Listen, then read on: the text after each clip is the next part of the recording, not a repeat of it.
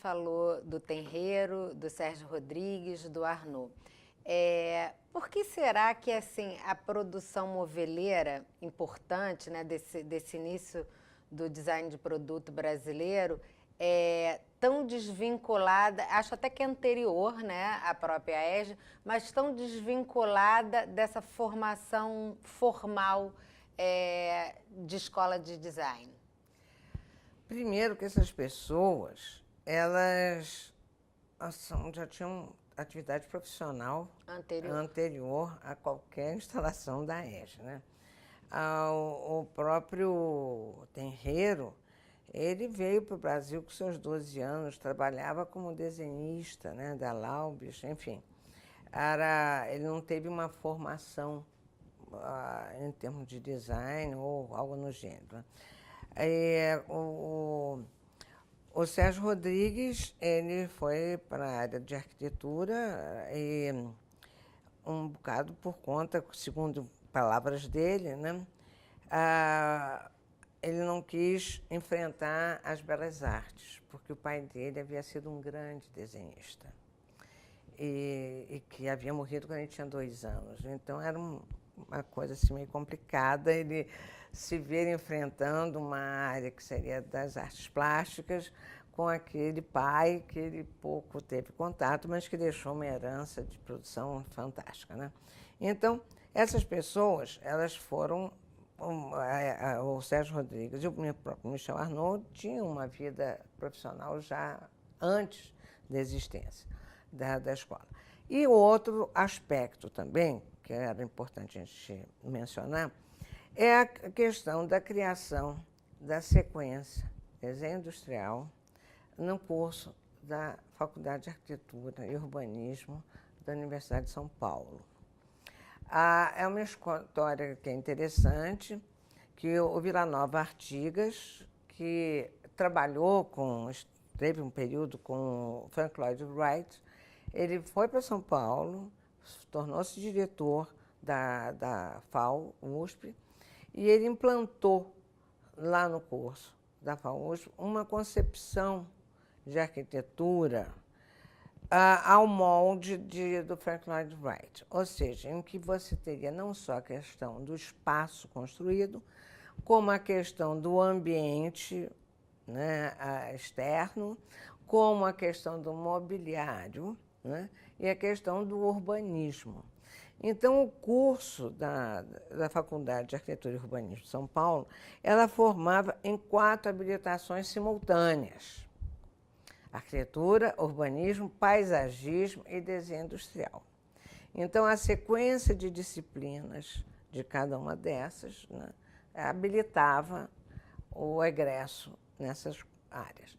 Então, você passou a ter, isso foi na década de 60, talvez antes, no começo de 60, eu não sei, não estou me lembrando da data certa, você teve arquitetos se formando em desenho industrial, quer dizer, formando em desenho industrial dentro de um curso de arquitetura.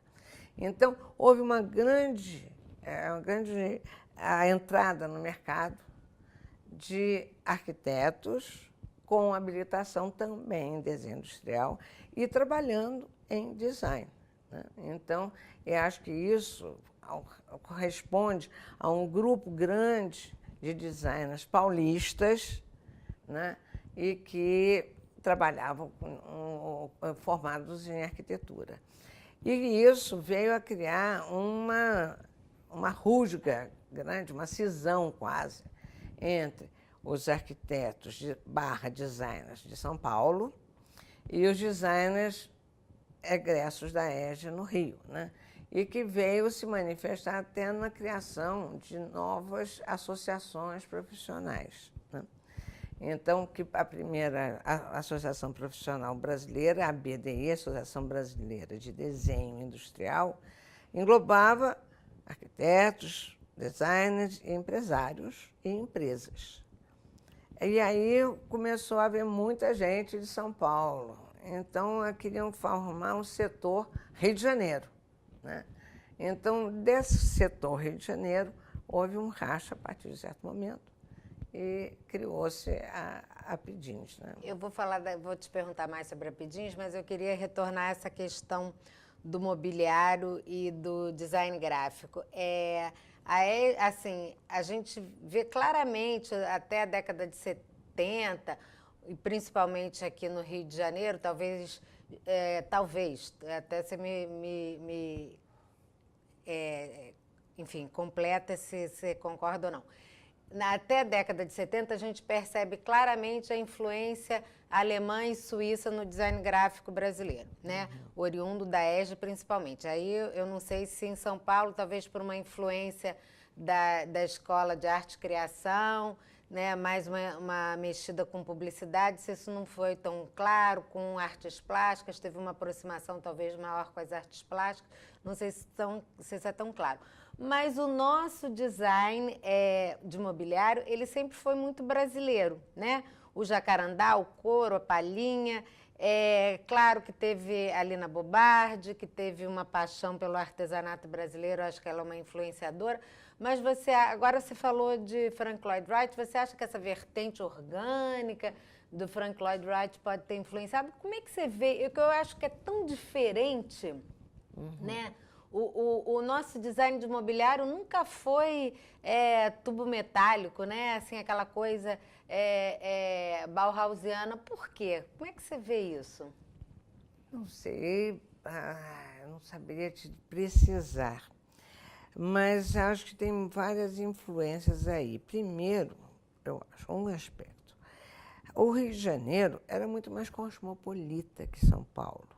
São Paulo, até o começo primeira metade do século XX, era uma cidadezinha, digamos assim, né? Quer dizer, depois, com o crescimento das indústrias, enfim, houve um interesse por parte, inclusive, dos Matarazzos, enfim, de criar um lastro de cultura em São Paulo, né? Bancando a Bienal, bancando o MASP, enfim, houve todo um investimento na área cultural em São Paulo, que era muito interiorana. São Paulo era uma cidade provinciana. Se a gente vê fotos de São Paulo em 1930, você não pode imaginar que seja menos de 100 anos atrás. Era depois, com o café e depois com a indústria, ela deu uma subida muito grande.